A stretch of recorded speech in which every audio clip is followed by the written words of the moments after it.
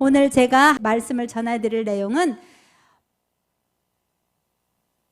어떻게 고백을 하고 계시나, 대종사님께 법신불 사은전에 어떻게 고백을 하고 있나 하고 제가 저 자신에게 물어보고 우리 교도님들과 함께 반백일 기도를 앞두고 철저한 고백의 마음으로 정진 기도에 임했으면 하는 마음으로 오늘 법신불전에 고백하옵나이다 라는 제목을 정했습니다.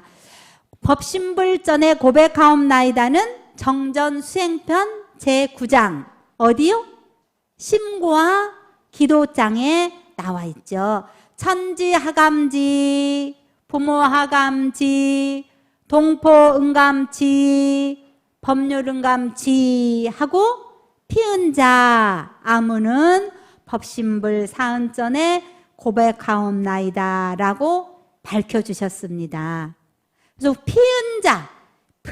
피은자는 은혜를 입은 사람, 그 은혜를 어디로부터 입었느냐? 천지님으로부터 입었고, 부모님으로부터 입었고, 동포님으로부터 입었고, 법률님으로부터 입었기 때문에 우리들이 법신불 사은이라고 말할 수 있겠고, 그 법신불 사은님의 은혜 속에서 피은된 내력을 잘 아는 것이 진정한 공부인이고 보은자가 아닌가 생각이 듭니다. 교당에 입문하면서부터 아니면 그 전에 어릴 적부터 기도하셨죠. 대종사님께서도 기도를 하셨지만 만국양반 어디 고을 되게 해달라고 기도하셨죠? 영광 고을 고을의 대표가 되게 고을을 원님이 되게 해달라고 기도하시고 그걸 보시고 대종사님께서 아이 사람아 무슨 고을의 원님인가 적어도 세계를 위해서 일할 사람이 되게 그렇게 기도를 하소하고 그 양하운 사모님께 말씀을 하셨죠. 우리가 어릴 때도 보면 저희 어머니도 할머니도 다 교당을 다니셨지만 할머니가 이렇게 장독대에 물을 떠놓고 기도했던 모습, 그리고 교당에 다니시면서 보온미를 머리에 이고 기도하러 가셨던 모습. 그리고 제 고향이 정읍 화예리인데 저희 집은 면소재에서 조금 걸어가는 곳에 있어요. 그래서 제가 잠시 어머니를 간병하고 있을 때 교당을 씩씩하게, 그때는 차 운전할 줄도 몰랐고 자전거 탈 줄도 몰라가지고 막 씩씩하게 교당에 청소하러 도와주러 갈 때 보면 30분이 걸리는 거예요, 좋기. 근데 저희 아버지는 자전거를 타고 쉥 지나가시고 그러셨던 기억이 있습니다. 그래서 누구나 그렇게 어린 시절에 기도했던 모습, 또 어른이 되어서 기도 생활했던 많은 기도인들이 있는데 우리 원불교 교도인들은 어떤 기도를 하는 것이 가장 좋은 기도이고 어떤 기도를 올려야만이 큰 위력을 얻을 수 있을까, 이런 생각을 해본다면 대종사님께서도 대종사님 성탑 뒤에 가면 대종사님 10상에 세 번째 삼령기원상에 가면 어떻게 돼 있어요? 대종사님께서 삼바째 마당바위에서 기도하고 있는데 거기다 뭐가 있어요? 재물을 올리고 기도를 했어요. 재물. 그 전에 아버지께서 대종사님께 기도하러 가셨을 때 뭐도 떡도 해드리고 이렇게 했지만 대종사님께서 그 산 주위에 밤도 따고 청수도 올리고 이렇게 해서 재물을 올리고 기도를 하셨는데 우리 교도님들은 어떤 재물을 올리고 기도를 하느냐? 제가 기도를 올릴 테니 기도인 명단을 내세요 이렇게 하면 우리 교도님들은 어떠세요? 아, 내가 이번 기회에 누구를 위해서 기도를 할까 하고 주위를 살피시죠. 가족을 살피고 또 법동지들을 살피고 그래서 기도인 명단을 제출을 하고 그 명단이 꼭 기도의 유력을 얻기를 염원하는 그런 염원을 담아서 기도를 하고 또 기도를 명단을 내고 나서 기도를 하면 정성을 다해서 기도비를 내주시고, 근데 대종사님께서는 그 기도의 유력을 얻기 위해서 우리 모두가 재물을 바쳐야 된다 이렇게 하셨어요. 근데 재물이 어떤 재물이냐? 이게 소를 바치고 이게 아니고 대종사님께서는 교육품 16장에 말씀하신 것처럼 몸과 마음을 재개하라. 몸과 마음을 재개하라. 몸과 마음을 재개하는 것이 어떤 것이냐? 제자는 가지런하게 한다, 반듯하게 한다 할 때 그 제자예요. 그리고 개자는 계문개자. 그래서 일상생활 속에서 첫 번째 하지 않아야 될 게, 기도하면서 금해야 될 게 뭐죠? 살생하는 일을 안 해야 되는 거잖아요. 그래서 50일 기도 동안에는 다음 주에 이제 또 세밀하게 말씀을 드리겠지만, 교육품 16장에 말씀하신 것처럼 대종사님께 기도를 통하여 올릴 수 있었던 것은 바로 일심으로 올리는 재개, 심신을 재개하는, 그런 몸과 마음을 재개하는 제물을 올리고, 두 번째는 법신부를 향하여 각기 소원을 세운 후에 일체 사념과 망상을 잘 제거시키기 위해서 뭘 했냐면 선정에 들었어요. 선정은 순간순간 기도 올리고 순간순간 내가 무엇을 하고 있는지를 깨달아 아는 것이죠. 그리고 틈틈이 연불도 하고 송경도 하고 주문을 애워서 일심의 정성을 올렸다. 일심의 정성.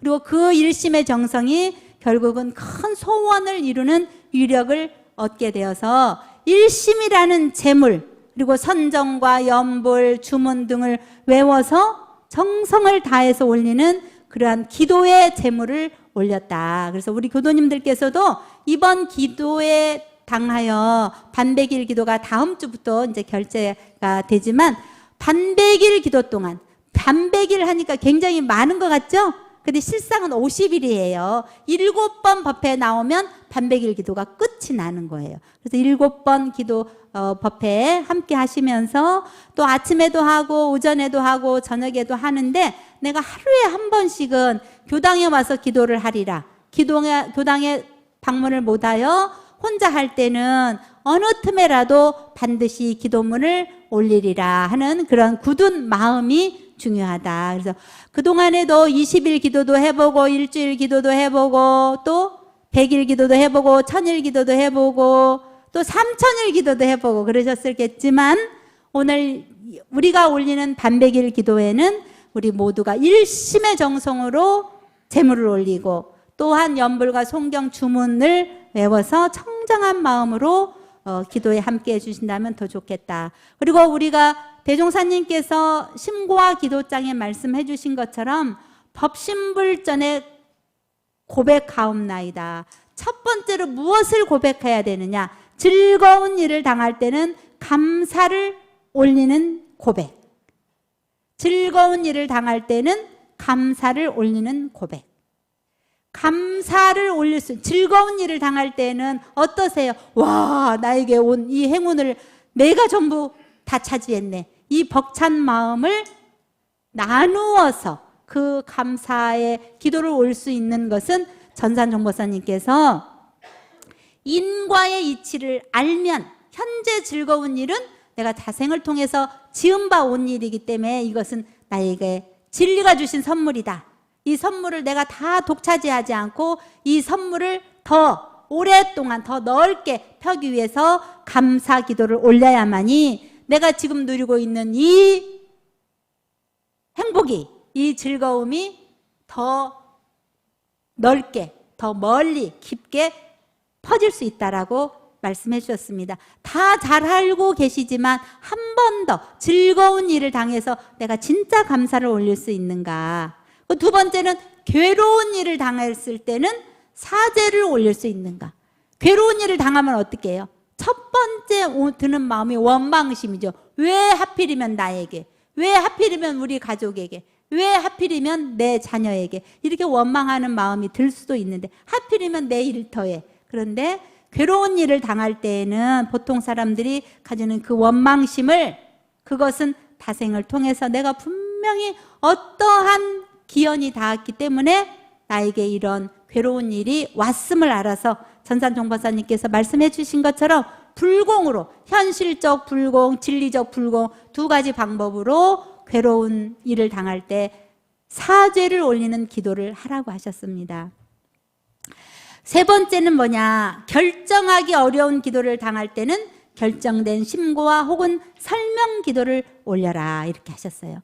우리 원광대학교 여기서 유튜브에 실명을 거론하면 안 되겠더라고요. 우리 원광대학교에 높은 직함을 가지셨던 교도님 한 분 계셨어요. 근데 지금은 이제 다른 업무를 보고 계시는데 그 교도님은 무슨 일만 생기면 어디를 오시냐면 영산 성지를 오신대요.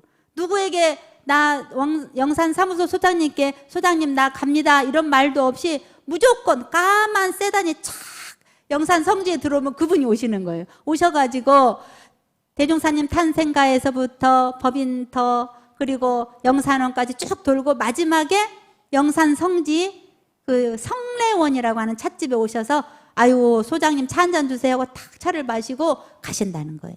그렇게 결정하기 어려운 일을 당할 때 그 어른은 반드시 그렇게 영산 성지를 순례하면서 결정될 심고와 설명 기도를 올려서 많은 원광대학교가 이제 지금도 어렵지만 또 어려웠던 시절이 있었어요. 몇 년 전에 그때 그 당신이 가진 모든 것을 다 걸고 영산 성지에서 그렇게 사심없는 기도를 올렸던 그 교도님 이야기를 제가 전해드렸어요. 그래서 살면서 결정하기 어려운 일이 있죠. 그럴 때마다 반드시 결정될 심고와 설명 기도를 법신불전에 올리고 이렇게 속으로 하는 것이 아니라 말로써 법신불 사은님, 대종사님 제가 이러이러한 경위가 있어서 이런 일을 당했는데 이럴 때는 어떻게 하면 좋을지 저에게 지혜를 주십시오 하면 반드시 응답을 한다. 그런데 그 안에 나의 이익을 추구한다든지 나의 출세를 위해서 말한다든지 그러면 안 들어주신대요. 그러시겠죠? 사심 없는 마음, 텅 빈 마음으로 기도를 하라고 이렇게 하셨습니다. 그리고 난경을 당할 때에는 순경될 심고와 혹은 설명 기도를 올려라. 난경을 결정하기 어려운 일도 있지만 어려운 일을 당할 때 그렇게 간절한 마음으로 설명 기도를 올릴 수 있는 사람은 어떤 사람일까요? 신심 있는 사람이겠죠. 신심. 그리고 그 일을 반드시 해결하고자 하는 간절함이 있는 사람이겠죠. 그래서 난경을 당할 때는 순경될 심고와 설명 기도를 올리면 진리께서 반드시 힘든 고비를 잘 넘어갈 수 있도록 지혜를 주신다. 그것은 천지님, 부모님, 동포님, 법률 이름에 응화신들이기 때문에. 그리고 마지막으로는 순경을 당할 때에는 어떻게 하라? 순경에는 어떻게 해요? 순경을 당할 때에는 간사하고 망령된 곳으로 가지 않도록 설명 기도와 혹은 설명 기도와 신고를 올려라 이렇게 하셨어요. 순경을 당할 때 설산에서 실족사가 일어나면 어떻게 돼요? 반드시 새봄이 되면 찾아요. 히말라야 산맥에서 등산하다가 조난된 사람들은 지금도 못 찾으신 분도 있긴 하지만 어쨌든 봄이 되면 찾는 방법이 있어요. 그런데 이 불로 인해서 내 몸을 상했을 때는 아무것도 찾지 못하잖아요. 물론 이제 의학적으로 찾는 방법이 있겠지만 그래서 순경은 나로 하여금 더 나락으로 더 괴로움의 세계로 인도할 수 있는 가능성이 높은 거예요. 그래서 순경이 온다고 좋아하지 마라. 순경은 반드시 뭐냐? 길한 일을 당할 때는 흉한 일을 발견하고 흉한 일을 당할 때는 어떻게? 길한 일을 돌아온다는 이치를 알아라. 낮이 지나면 밤이 와서 휴식을 통해서 내일의 에너지를 장만하는 것처럼 순경이 오면 또다시 영원한 순경이 되어지도록까지 그것을 아끼고 또 순경이 영원한 순경이 될 수 있도록의 더 많은 인과의 가르침을 알아야 된다라고 대종사님께서 말씀해 주셨습니다. 대종사님께서 우리 총부에 계시다가 서울을 가셨어요. 서울을 가셨는데 서울에서 익산에 오실 때 비행기를 타셨대요. 저는 대종사님 일본에 가실 때 배 타고 가셨고 또 울산에서 이 비행기 탈 수 있는 기회가 있었는데 그 공항이 옛날 일제강점기 때는 그리고 비행장이 쉬기도 하고 그랬나 봐요. 그래서 비행기를 못 타셨어요. 그런데 대종사님께서 비행기를 타고 서울에서 어디로 왔느냐? 목천포 공항에 오셨대요. 우리 교도님들 목천포에 공항 있는 거 아셔요? 있었다는 거 아세요? 모르죠. 옛날 이야기니까. 그런데 그때 있었다는 거예요. 그래서 대종사님께서 누구랑 같이 왔냐면 박창기 선지님. 박창기 선지님은 누구시죠? 구타원 이공주 법사님의 하나뿐인 아들인데 같이 대종사님 이제 익산으로 내려가셔야 되는데 이번에는 비행기를 한번 타보시면 좋겠습니다. 이렇게 하셨대요. 그러니까 그래? 그럼 비행기를 한번 타러 가자 하고 갔어요. 그런데 박창기 선지님이 이렇게 이제 비행기를 타러 가서 보니 거기에 종이하고 연필이 이렇게 있고 종이에다가 솜을 감아가지고 귀에다 이렇게 막으라고 하고 대화가 필요할 때는 종이와 연필로 하세요. 거기 이렇게 놔있더라는 거예요. 그래서 대종사님께서도 역시 귀를 막고 있으니까 대화가 안 되잖아요. 근데 대종사님, 박창기 선지님, 그리고 일본 사람, 세 사람이 이제 이렇게 앉아 있는데 대종사님께서 이제 비행기에 앉으니까 비행기가 프로펠러가 지금 같은 비행기도 소리가 나는데요. 옛날에 영화에서 보면 그 황정신행 법사님이 우리 원불교 어린이들을 고아들을 데리고 제주도로 갈 때 그 영화에서 보면 프로펠러가 막 돌면서 비행기가 뜨잖아요. 그러니까 얼마나 소리가 커요. 근데 그 소리를 다 막고 앉아 계시니 대종사님께서는 큰 비행기를 탔지만 큰 소쿠리에 앉은 것처럼 굉장히 편안해 하셨고, 그래서 그것을 본 옆에 있는 박창기 선지님은 불안해한 거예요. 불안해. 그래서 대종사님께서 말로선 할 수 없어요. 왜냐하면 귀를 막았으니까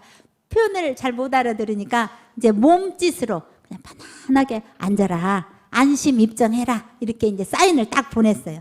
그런데 이제 어디쯤에 오니까 대종사님은 아주 편안한 마음으로 눈을 딱 감고 기도를 한 거예요. 내가 지금 이 자리에 앉아 있는 이 자리가 정말 큰 소쿠리를 탄 것처럼 편안하고 좋구나. 만약에 도중에 어떠한 고장이 생겨서 설사 떨어져 죽는 한이 있더라도 절대 거기에는 망동하거나 원망하지 않겠다는 각오를 단단히 하고 이렇게 탁 앉으셨어요. 그런데 어디쯤 오다 보니 눈을 딱 감고 삼매에 들으셨는데 박창기 선지님이 대종사님을 흔들어 주신 거예요. 대종사님께 부여를 통과합니다. 이렇게 딱 써서 보여준 거예요. 아, 부여 맞구나. 좀 지나가 나니까 이리 통과. 옛날에 익산의 이름이 이리였잖아요. 이리 통과. 좀 지나고 나니까 목천포 항구 도착, 목천포 공항에 도착, 이렇게 해서 딱 내리셨는데 그때 대종사님의 그 위풍당당하신 자애로우신 모습, 그런데 박창기 선지님은 너무 불안해가지고 얼굴이 완전 백지장이 돼 있었다는 거예요. 그렇게 어떠한 경우를 당할지라도 대종사님과 같이 탁 맡기고 놓아버리고 입정삼매에 들 수 있는 그런 공부, 그것이 우리가 해야 할 공부이고, 아까 우리 성사님이 설명기도문에 올린 것처럼 수행을 철저히 하고 신앙을 철저히 하면 어떤 경계에도 어떤 시비에도 초탈할 수 있는 힘을 얻게 된다는 것입니다. 오늘 대종사님의 말씀을 구타원 선지님의 수필을 통해서 전해 올리면서 지난 엄불교 중앙교구 교리대학에서 어떤 교무님이 이런 예화를 들었어요. 우리 가까이 여기 남중교당 교도님이 손녀를 학교 데려다주고 오다가 갑자기 교통사고가 났대요. 그래서 교통사고가 나가지고 완전히 이제 혼수 상태가 돼가지고 있는데, 이제 혼수 상태가 됐지만 이제 막 말을 시키잖아요. 중환자실에 가 있으면. 그래서 막 이름이 뭐냐 이렇게 막 물어보고 어디 사냐 이렇게 막 물어보는 거예요. 그런데 그때는 뭐라고 답변을 할 수 없었는데 한참 지나고 좀 의식이 돌아오니까 집이 주소가 어디냐 이렇게 엄불교 남중교당이다 이렇게 한 거예요. 그래서 이제 그분이 완전히 정상인으로 깨어났을 때 왜 당신의 주소를 원불교 남중교당이라고 이렇게 했냐 이렇게 하니까 너무나 가슴에 벅찬 이야기. 내가 살고 있는 집은 내가 죽으면 언젠가는 떠나야 될 집인데 내가 영원히 살 집은 원불교이기 때문에 나의 집은 원불교 남중교당이다. 이렇게 답변했다는 거예요. 우리 교도님들 그 이야기 들으니까 어떠세요? 와, 대단하신 분이죠. 그런 분이 우리 남중교당 교도님이셨어요. 우리 교도님들도 충분히 그렇게 신성을 다 바쳐서 할 수 있으리라 생각이 듭니다. 오늘 밤백일 기도를 통하여 법신불 사은전에 5가지로 고백하고 또 고백해서 더 크게 진급하고 더 크게 발전하는 우리 교도님들이 되기를 염원 올립니다. 감사합니다.